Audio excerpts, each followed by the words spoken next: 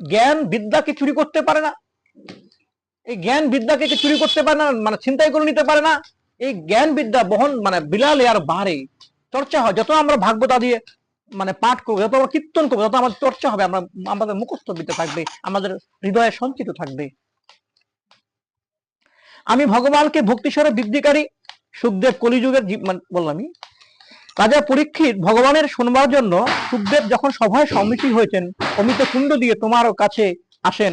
তিনি নিজ ক্ষেত্রে অসির কৃপা দেবতার মহিষী সুখদেব প্রণাম করে বললেন, আমি এই অমিত ভান্ডার গ্রহণ করব, পরিবর্তে আমার কথামিত আমাদের প্রদান করব। বলছে যত ধর্মগ্রন্থ আছে, রামায়ণ, মহাভারত, গীতা, সমস্ত সারবস্তু হলো ভাগবত মহাপুরাণ। বলছে সমস্ত মানে একটার মধ্যে এক রকম কথা বলছে। গীতার মধ্যে সেই ভগবান স্বয়ং মুখোচিত বাণী, শ্রীকৃষ্ণের বাণী প্রচার করছে। মহাভারতের মধ্যে সেই মহাভারত থেকে গীতা সৃষ্টি হয়েছে, ওখান থেকেই। রামায়ণের মধ্যে শ্রী রামচন্দ্রের কাহিনী বলছে, বিষ্ণু পুরাণের কাহিনী, ব্রহ্মত্ব পুরাণে ব্রহ্মার কাহিনী চলছে, ব্রহ্মা মাহাত্ম, শিব পুরাণে শিবের কথা বলছে। ভাগবত মহাপুরাণ এমন একটি গ্রন্থ হবে যেখানে সব ধর্মগ্রন্থের নির্যাস হবে, এটা যেটা পাঠ করলে সমস্ত ধর্মগ্রন্থের পুণ্য লাভ হবে। আমি পরীক্ষিত ভগবানের শোনার জন্য সুখদেব যখন সবাই উৎসীর্ণ হলেন, অমৃত কুম্ভ নিয়ে দেবতার কাছে যখন আসেন, ঠিক বলছে দেবতার কাছে কে আসছিল অমৃত কুম্ভ নিয়ে? স্বয়ং নারায়ণ মোহিনী রূপ ধারণ করে সে দেবতার মধ্যে সে অমৃত বিলিয়ে দিয়েছিলেন। কারণ দেবতারা যদি অমৃত পান করে তারা অমর হবে, তারা অসুরদের কাছে হারবে না। আর সুখদেব গোস্বামী কি করেছে, এই অমৃত খণ্ড অর্থাৎ এই ভাগবত মহাপুরাণ নিয়ে তিনি সেই মানুষের মধ্যে এসেছিলেন, সেই ভাগবতের প্রতিটা বাণী মানুষের মধ্যে শুনিয়েছিলেন সুখদেব গোস্বামী। এটা সেই অমৃত দান করেছিলেন মানুষকে। সেই অমৃত সময় এটা ভক্তি অমৃত, প্রেমের অমৃত তিনি এই মানুষকে দান করেছিলেন। ঠিক সেই ভগবান যেরকম মোহিনী রূপ ধারণ করে অমৃত দান করেছিলেন সবাইকে, তাদের অমরত্ব লাভ করেছিলেন। বলছি ভাগবত তাদেরকে কথা শুনিয়ে মানুষকে অমরত্ব লাভ করেছেন। এক প্রকার আমাদের পরস্পরের মধ্যে কথামিত অমিত নিরয় মহারাজ পরীক্ষিত অমিত পান করতে থাকুন। আমরা সন্তান করেছি ভাগবত অমিত পান করি। এই সংসারে কাজ মহামুনি বলেন যে তেমনি কোথায় অমৃত আর কোথায় ভগবত কথা, এসব চিন্তা করে সুখদেব দেবতার কথা ভেবে উড়িয়ে দিলেন।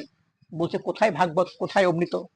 বলছে তুমি যদি অমৃত পান করতে পারো, এই অমৃত ভাগবত তুমি পান করতে পারো, শুনতে পারো, শ্রবণ করতে পারো, তুমি তাহলে বিখ্যাত। আজকে তুমি যদি মারা যাও, অমর কাকে বলে? যে তুমি মারা গেলে পরের দিন তোমার বাড়ির লোক কান্নাকাটি করলো, পাশের বাড়ির লোক জানলো, তারপর তোমার সবাই ভুলে গেল যে ওই লোকটা ছিল ওই পাড়ার মধ্যে, মারা গেছে, কয়েকদিন মনে রাখবে। কিন্তু তুমি যদি ভাগবত ধাম অর্থাৎ তুমি যদি নিজেকে বিদ্বান মনে করো, ধর্মের পথে যাও, মানুষের সেবায় নিয়োজিত করো, তোমার কথা সারা পাড়া কেন সারা রাজ্য তোমার কথা মনে করবে, সারা দেশ তোমার জন্য কাঁদবে। তা সেটাই তো অমৃত, যে আমি মৃত্যুর পরে আমি জীবিত থাকবো, মৃত্যুর পরেও আমার মানুষ আমার গান গাবে, মানুষ আমার কথা বলবে। আমরা লতা দেবী মারা গেছে, বিভিন্ন শিল্পীরা মারা গেছে, বিভিন্ন মহাপুরুষ, বিবেকানন্দ আমাদের মধ্যে নেই, মহাপ্রভু আমাদের মধ্যে নেই, তার কথা আমরা শ্রবণ করি, সে যুগ যুগ অমর। তারা অমরত্ব, এটাই অমরত্ব, দীর্ঘদিন বেঁচে থাকবো, এটা না ভগবানের আশীর্বাদ, ভগবানের চিন্তা মগ্ন হয়ে যে আমি মানুষের মধ্যে বিরাজ করেছে মহাপ্রভু রামকৃষ্ণ দেব, তারা মানুষের মধ্যে যুগ যুগ অমর, তাদের কথা আমরা স্মরণ করি, তাদের কথা আমরা বলি। পুরুষোত্তম শ্রী ভাগবত শ্রবণের মহারাজ পরীক্ষিত মোক্ষ লাভ করতে ব্রহ্মাণ্ড বিস্মিত হয়েছিলেন। তিনি সত্যলোক সকল প্রকার সাধনাকে ওজনের বিচারে করেছিলেন। তাই ওজনে ভাগবত নিজ মহত্ব সব সাধনা উপেক্ষা করে ভারী হয়।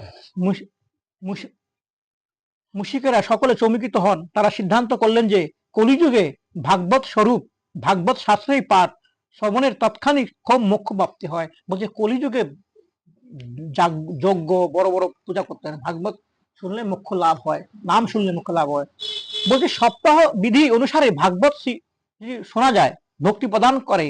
দয়ালু সনাতনী ঋষিগণ দেবশ্রী নারদদের এই ভাগবত শাস্ত্র শুনিয়েছিলেন। যখন সুখদেব গোস্বামী ভাগবত সভা করেছিলেন, সমস্ত নারদ থেকে শুরু করে যত মানে ভগবত ভক্তরা আছে সবাই সে শুনেছিল।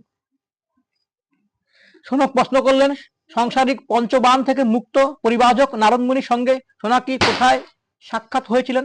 বিস্মিত সপ্তাহবিধি শ্রবণে তিনি প্রকারে স্ফীতি হয়েছিলেন। সুত বললেন, আমি তোমাকে এমন ভক্তি মূলক কাহিনী শোনাচ্ছি, এই কাহিনী সুখদেব তার শিষ্যদের মধ্যে যোগ বিবেচনা করে আমাকে একান্ত শুনিয়েছিলেন। বলছে সুখদেব